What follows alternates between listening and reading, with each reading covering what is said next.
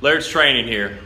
Topic of the day today. This message is specifically for athletes and coaches that are too stubborn to ask for help from a strength coach in the weight room. And I'm not just talking about high school athletes, not just college athletes, but pro athletes as well, at every single level. It's summertime here. It's 2017. I'm coaching in summertime right now with the Indiana Bulls, and I'm coming across a lot of players, former players, guys in college that I talk to, guys that I train during the summertime, and some of them just for the summertime when they're around. And there's a lot of consistencies that I see with a lot of athletes. And there's the ones that are humble and ask for help. There are the ones that think they know it all. And then there's the ones that just will work as hard as they can to do whatever they want. They just don't have the right guidance. They don't have the right people telling them what to do. They might be getting programs from people, might be getting programs from coaches, specifically college coaches that don't know what the hell they're doing. They're doing stuff that was 20, 30 years old. They're giving their kids workouts that are 20, 30 years old, like leg extensions and leg curls in the weight room, and nothing specific to be able to help them move better and have better mobility and have strength and moving in all planes of motion. And these kids, they're trying to get better, but they don't have coaches that are humble enough to ask for help from a strength coach to help them get better. And for coaches, like, I'm going to start with you guys first. There's no excuse for you to sit there and be too stubborn to ask for help or to look for your strength coach, especially at a Division I university. And I know specifically one that I'm thinking about right now that I'm obviously not going to mention, but their coaches handing out workouts to players that are literally 20, 30 years old, and they're not going to help the athletes. And if anything, they'll probably hurt the athletes because they're going to bust their ass trying to do the program, and it's not the right kind of exercises. It can ultimately lead to an injury. And to me, that's just complete and utter BS for coaches to be that lazy and that stubborn to not ask for help. And that's a whole nother topic for a whole nother day. But if you're a coach and you are a sport coach specifically, obviously I'm not talking to strength coaches who know what they're doing, but if you're a sport coach and you're pretending to be a strength coach and you're implementing these workouts without the proper education or without the proper experience level, just because you lift weights doesn't mean you know how to train an athlete. I was an athlete myself, a Division I ball player, and I've been lifting since I was 14. I'm 31 years old now. I'm learning all the time. I've got 3 strength and conditioning certifications as well as a master's degree, and I'm learning all the damn time. I'm not sitting here saying I'm a know-it-all by any means, but I do know you need to have some research and some actual basic science or some under-the-bar knowledge to be able to implement a program, and there are coaches that are definitely not doing that. Now, let's go to the players, the athletes. And a lot of college guys, a lot of pro guys, they sit there and they say, well, I already know what to do. I already know how to train.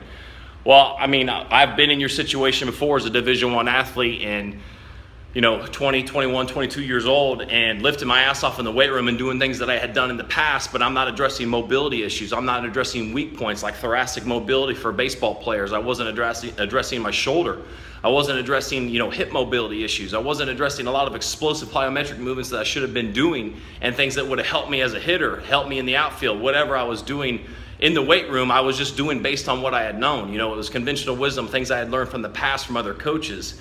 And, that's great and all, and that you can definitely reach a good level if you have a small base of knowledge. But when it comes to actually getting to the next level and becoming a great athlete and reaching that peak performance level, you have got to learn and train under somebody that knows the body, knows what to do, knows how to train you, not to mention is going to push you to the next level mentally. That mental toughness is a big part of the training in the weight room. And for me to sit here and see these guys and see these athletes that act like they know it all at 21, 22, and even these pro guys at 25 years old, well, I already know what to do. I don't need to work on training with somebody. Well, that's fine. You don't need to have a strength coach. But here's the thing.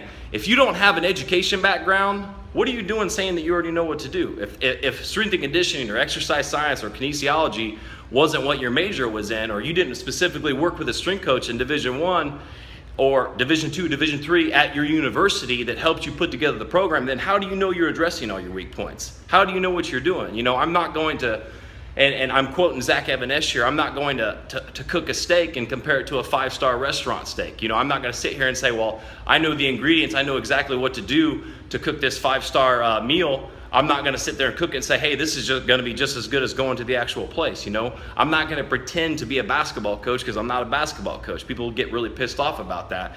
And there's a good video, and I'll add that to a link at the bottom here, that Zach M.S talks about sport coaches are not strength coaches. And, athletes, don't sit there and act like you know it all, because here's the thing: as soon as you act like you know it all in life, and it's not just like specifically baseball or football or basketball or whatever sport you're training for, this is for anything. If you act like you know it all, you're done. Okay? Science, research, things are changing constantly, especially in this day and age in 2017 technology. Things are being taught and being learned at a exponentially fast rate. And for you to sit there and act like you know it all and hold yourself back and say, well, I already know what to do in the weight room, I know how to train, and you don't have that background, that's utter BS. Because I was 21, 22 years old with that training experience, working with a strength coach. And unless I had that strength coach helping me, showing me what I needed to do, yes, I was working my ass off, but I also worked my ass off and ended up getting hurt because I was doing the wrong things, like squatting 3 days a week and ended up hurting my back. There's a lot of things that you need to understand. And if you're going to sit there and hold yourself back because you're not humble enough to ask for help, you're not humble enough to get a program that's going to help make you better, don't sit back one day and look back and go, damn, I really screwed up there. Listen, be confident enough to achieve whatever you want in life, but be humble enough to ask for help, and don't act like a know-it-all. Because when you act like a know-it-all, you're going to be held back. And you can act like this. This is the same thing with parents. Just because you lifted weights doesn't mean you know how to put together a strength program for your athletes. People tell me this all the time. Oh, we're lifting, but then they come here and they can't even do a body weight squat, which to me is an absolute joke.